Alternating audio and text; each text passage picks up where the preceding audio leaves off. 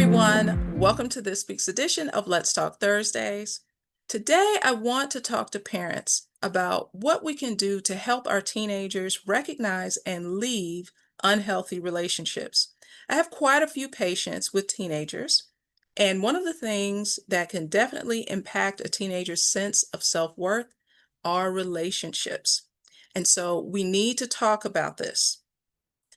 First and foremost, we need to define for our teenagers what a healthy relationship is. And it's one in which they feel safe, valued, and respected. Whereas an unhealthy relationship can involve a lot of criticism, jealousy, threats, and isolation.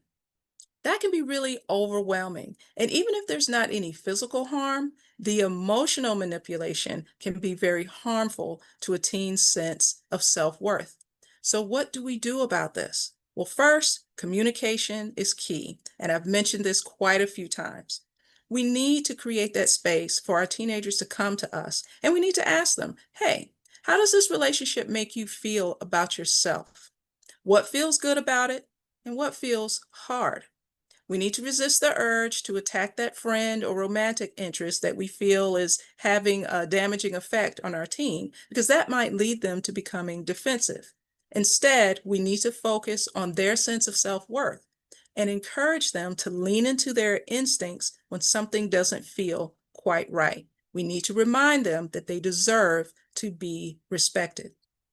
Also, another thing for us to do is to ask our teenager, what do they think could be better about this relationship?